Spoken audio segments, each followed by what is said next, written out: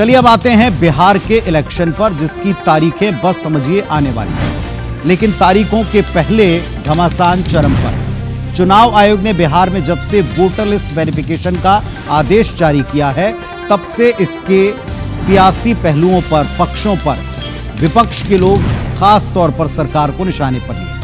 घमासान थम नहीं रहा है। विपक्षी दल चुनाव से चंद महीने पहले कराए जाने वाले इस प्रक्रिया को लेकर हैरान है, तो सत्ता पक्ष इसे विपक्ष की हताशा करार दे रहा है। देखिए,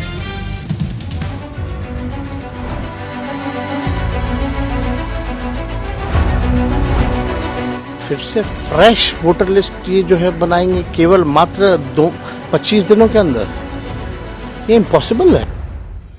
बिहार में चुनाव आयोग के वोटर लिस्ट वेरिफिकेशन पर सियासी टशन कम होने का नाम नहीं ले रहा। इंडिया गठबंधन के 11 दलों का प्रतिनिधिमंडल इसे लेकर चुनाव आयोग से मिला।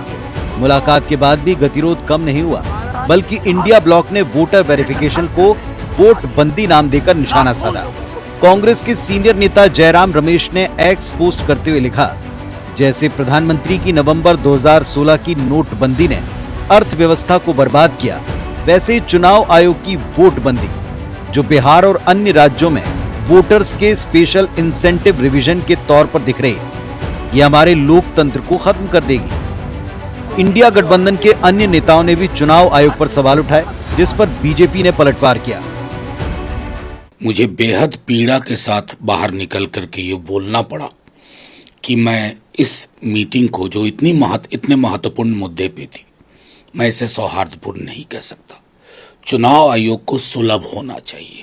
हमने सारी चिंताएं बताई, जो सवाल पूछे, चाहे नेता प्रतिपक्ष तेजस्वी जी की ओर से पत्र में जो चीजें इंगित थी, एक का भी हमें ढंग से जवाब नहीं मिला। हताश, निराश और जो कहें औचित्य विहीन बातों को लेकर विपक्ष कुछ न कुछ गुफा छोड़ता है। चुनाव आयोग निष्पक्ष है और निष्पक्षता के साथ में काम कर रहा है।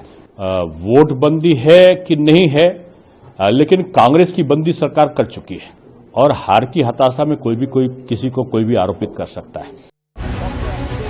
इंडिया गठबंधन वोटर लिस्ट के स्पेशल इंटेंसिव रिवीजन के खिलाफ एकजुट दिख रहा है, लेकिन दूसरी तरफ सीट शेयरिंग के मुद्दे पर विपक्ष में अभी से तकरार है। जेएमएम चीफ हेमंत सोरेन 12 से 13 सीटों की मांग कर रहे हैं, लेकिन आरजेडी बिहार चुनाव में जेएमएम को कोई भाव नहीं दे रही। इधर आम आदमी पार्टी ने भी बिहार में अकेले अपने दम पर चुनाव लड़ने का ऐलान कर कांग्रेस और आरजेडी दोनों की टेंशन बढ़ा दी है। हमारा कोई गठबंधन नहीं है कांग्रेस के साथ, नहीं कोई गठबंधन होता तो विसावदर में चुनाव क्यों लड़े वो लोग? विसावदर में वो हमें हराने के लिए आए थे। बीजेपी ने कांग्रेस को भेजा था, इनको हराओ, इनके वोट काटो। कांग्रेस ने ढंग से काम नहीं किया, खूब डांट पड़ी बीजेपी की उसके बाद उनको, कांग्रेस वालों को, तुम ठीक से काम नहीं करते हो। वो इंडिया अलायंस लोकसभा का था, अब हमारी तरफ से कोई नहीं है। यानी कुल मिलाकर बिहार चुनाव में इंडिया ब्लॉक की एकजुटता की भी परीक्षा है। दूसरी तरफ बीजेपी और जेडीयू में बढ़िया जुगलबंदी दिख रही। पीएम मोदी बीते 5 महीने में 5 दफा बिहार का दौरा कर चुके हैं। राजनाथ बुधवार को बीजेपी कार्यकारिणी की बैठक लेकर जनप्रतिनिधियों को जीत का मंत्र दे चुके हैं, तो जेडीयू के पोस्टर में सीएम नीतीश कुमार के साथ पीएम मोदी बराबर जगह पा रहे हैं। यानी बिहार में चुनाव से पहले एनडीए और इंडिया गुट अपने सारे सियासी समीकरण साधने में जुटे हैं। अब किसका दांव फिट बैठता है, ये तो नतीजे ही साफ करेंगे। Bureau report, IBC 24।